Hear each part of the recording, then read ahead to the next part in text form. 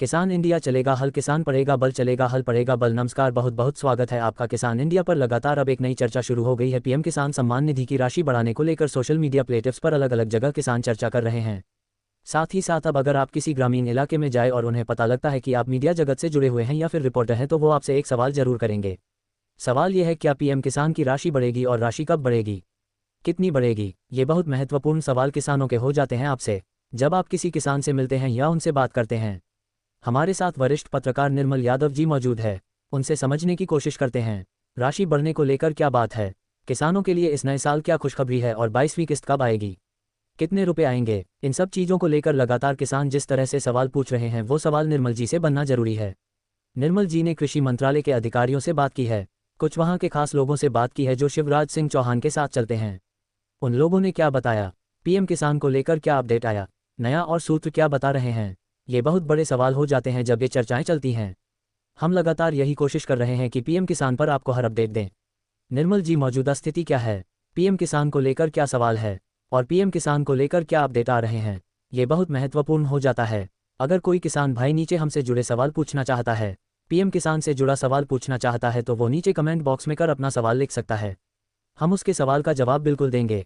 जी निर्मल जी, बहुत बहुत स्वागत सर, शुक्रिया सर। पीएम किसान सम्मान निधि को लेकर केंद्र सरकार के स्तर पर जो है वो एक, अगर हम कहें कि सुगबुगाहट इस बात को लेकर तेज है कि आने वाले दिनों में जो बजट पेश किया जाना है वित्तीय वर्ष 2,02,627 के लिए, क्या उसमें पीएम किसान सम्मान निधि की राशि को बढ़ाने या उसकी जो पूरी संरचना है इस योजना की, उसको उसमें आमूलचूल बदलाव करने को लेकर कितने कुछ उपाय किए जा सकते हैं, इसको लेकर सुझाव और इस पर विचार की प्रक्रिया चल रही है।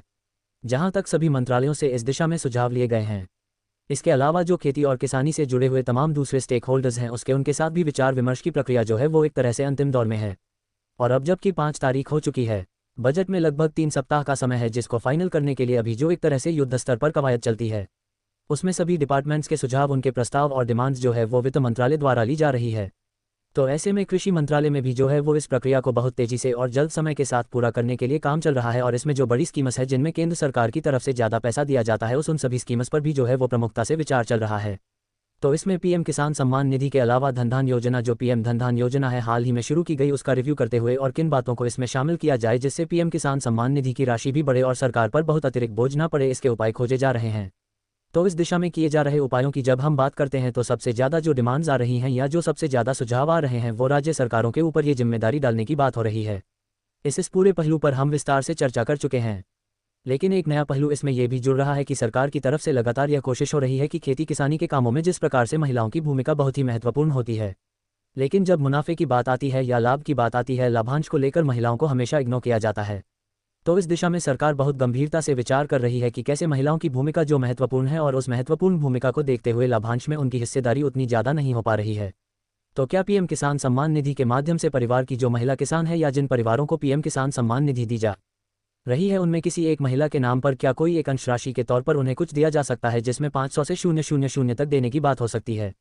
यह एक नया पहलू इसमें जुड़ा है और महिला किसानों की लगातार जो है वह पूरी खेती किसानी की जो प्रक्रिया है, जो परिपाटी है, उसमें बहुत ही महत्वपूर्ण भूमिका होती है। लेकिन हम सब जानते हैं कि जब मेहनताने की बात आती है या खेती में जो मुनाफा होता है, उस मुनाफे में हिस्सेदारी की बात आती है, तो उसमें महिलाएं बहुत पीछे छूट जाती है।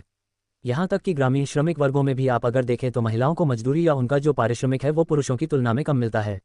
ये बात पूरे देश में लगभग सरकार की तरफ से बहुत कोशिश करने के बाद भी पूरे देश में लगभग लागू है और महिलाओं को कम पारिश्रमिक भी दिया जाता है।